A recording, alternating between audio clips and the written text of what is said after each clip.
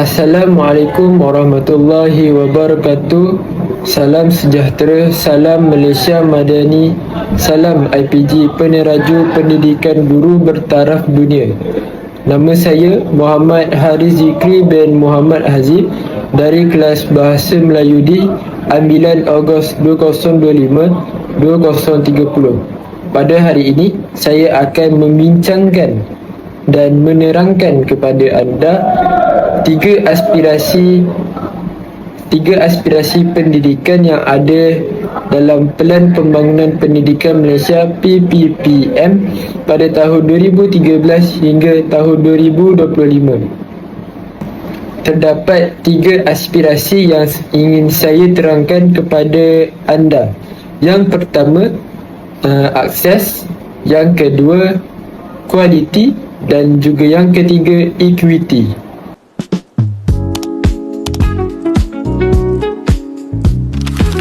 Konsep akses aspirasi.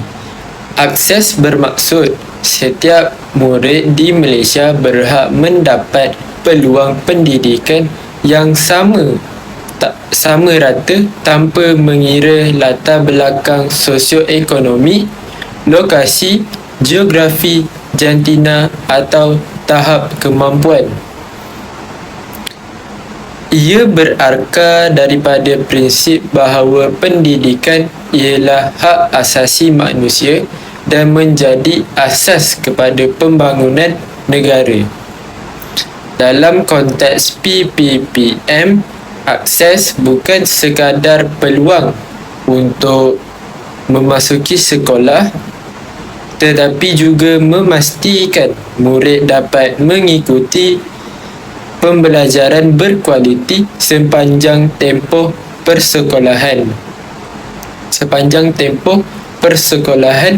mereka.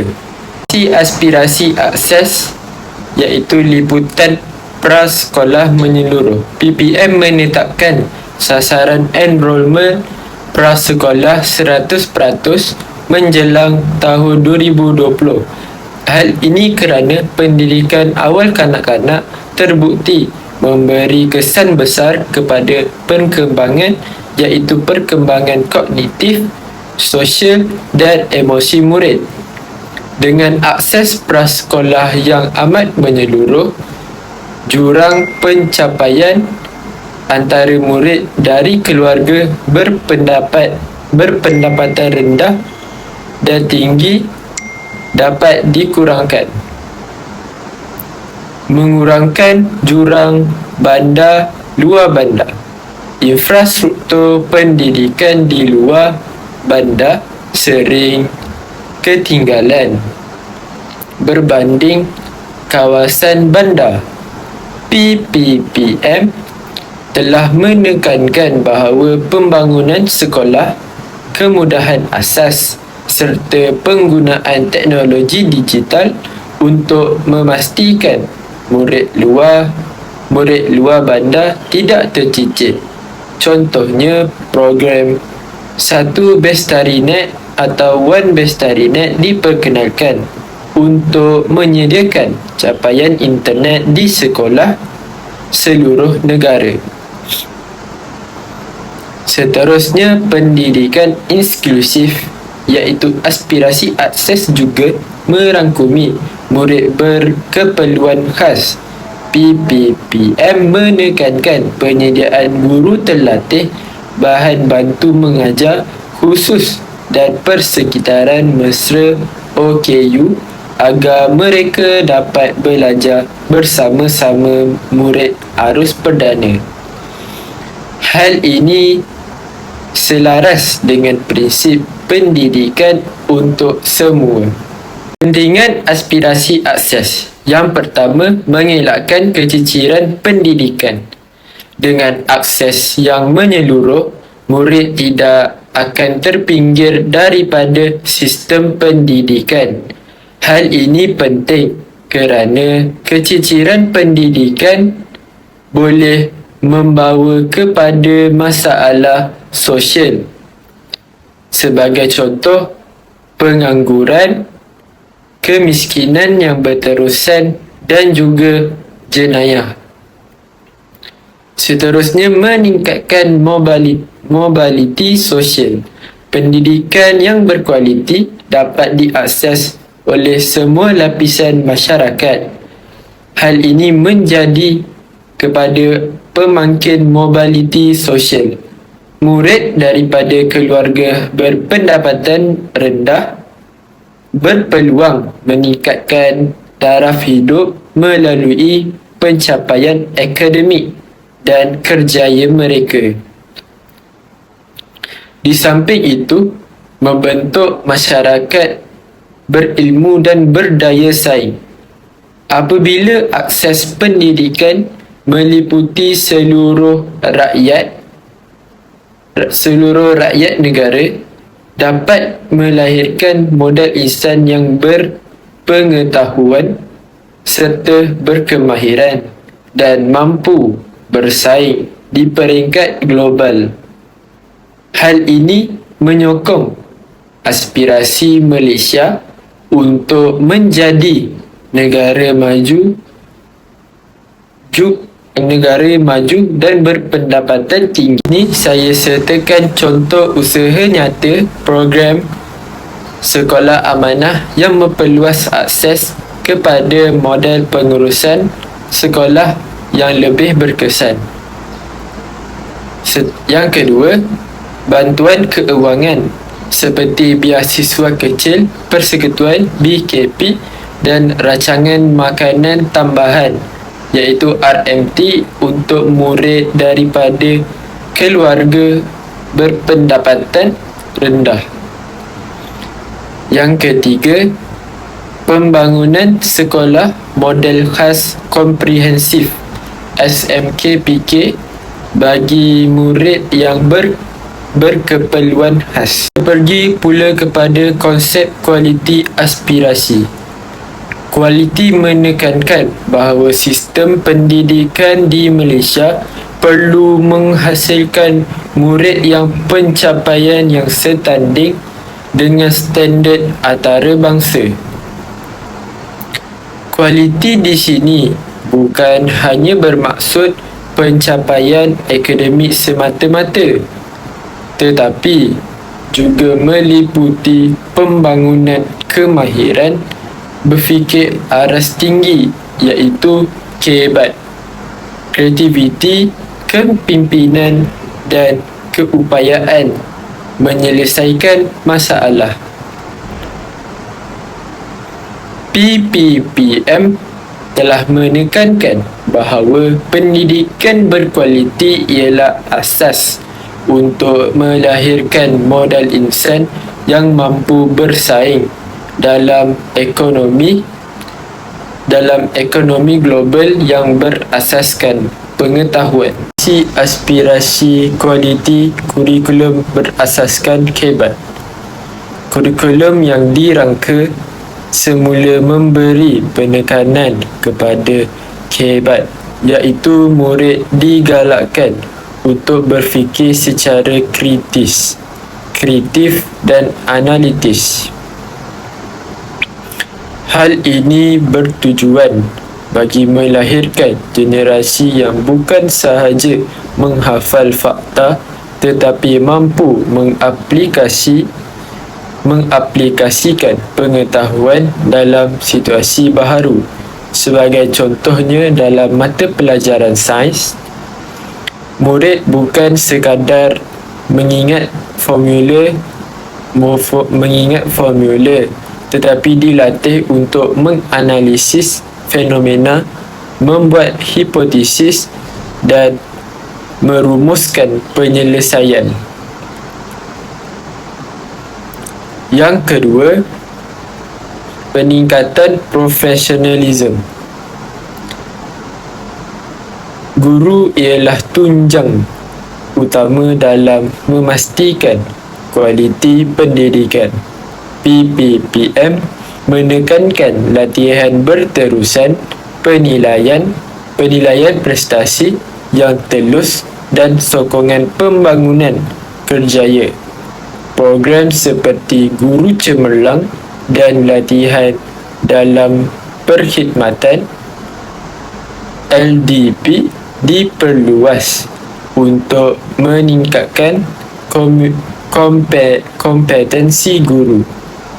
Dengan guru yang berkualiti, proses pengajaran dan pembelajaran menjadi lebih berkesan, inovatif dan relevan dengan keperluan semasa.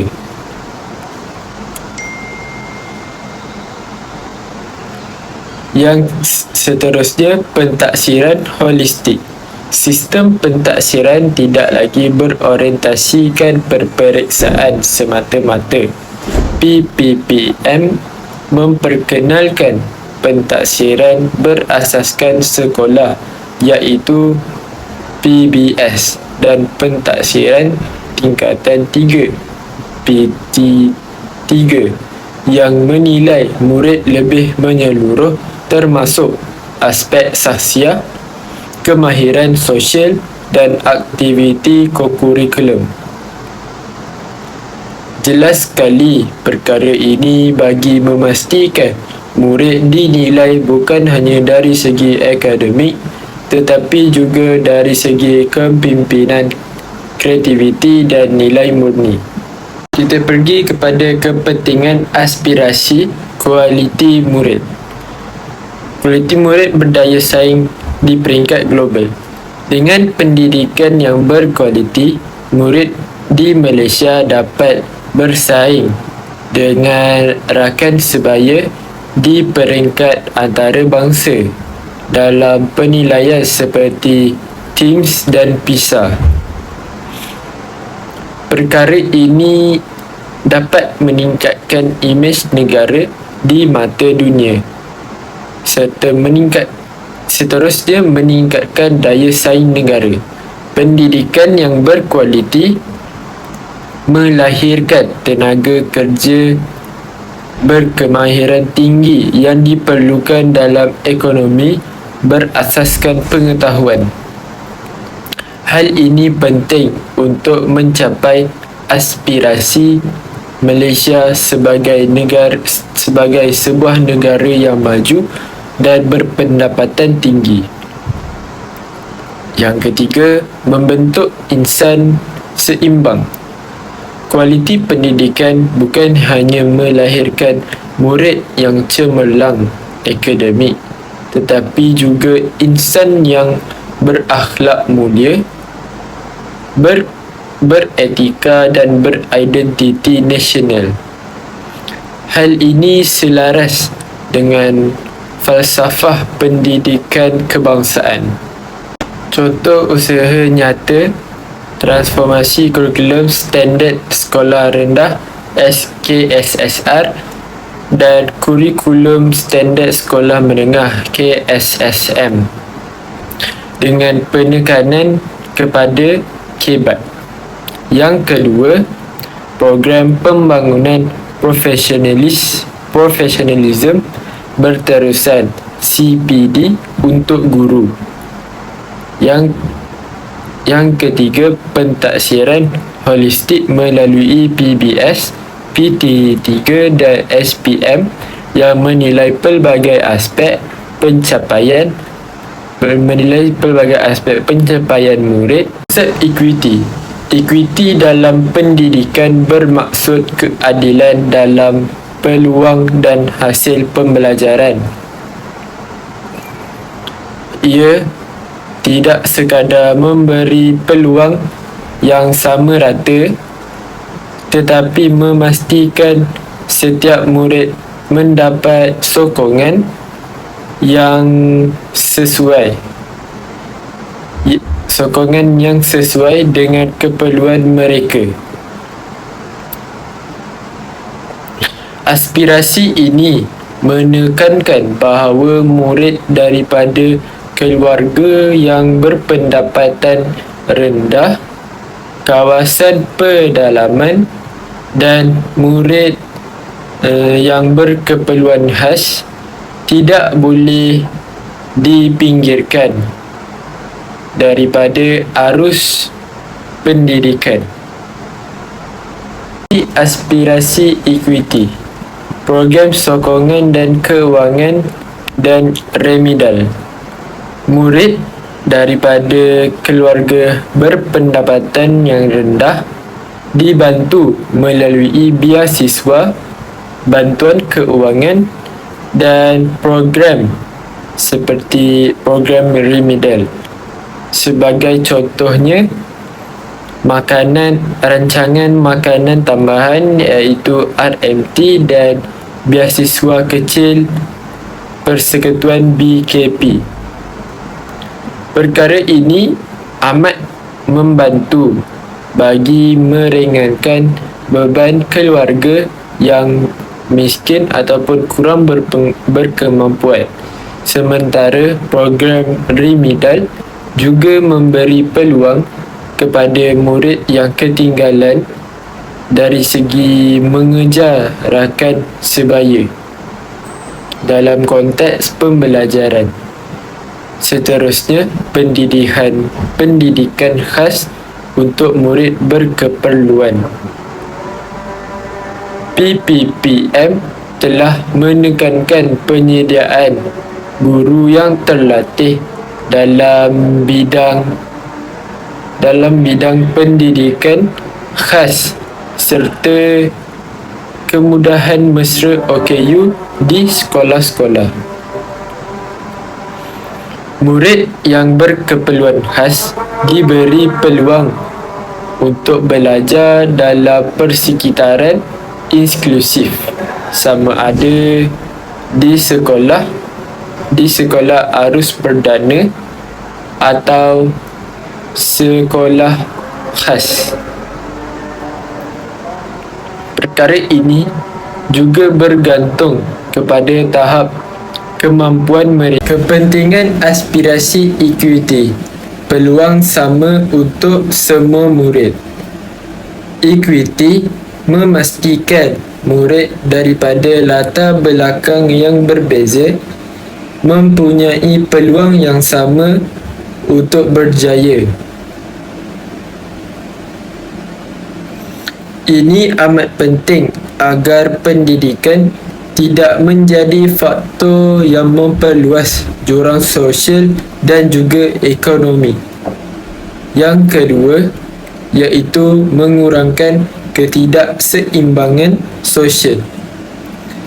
Dengan sokongan yang adil, murid daripada keluarga kurang berkemampuan ataupun miskin atau kawasan pedalaman dapat meningkatkan taraf hidup mereka melalui pendidikan ini.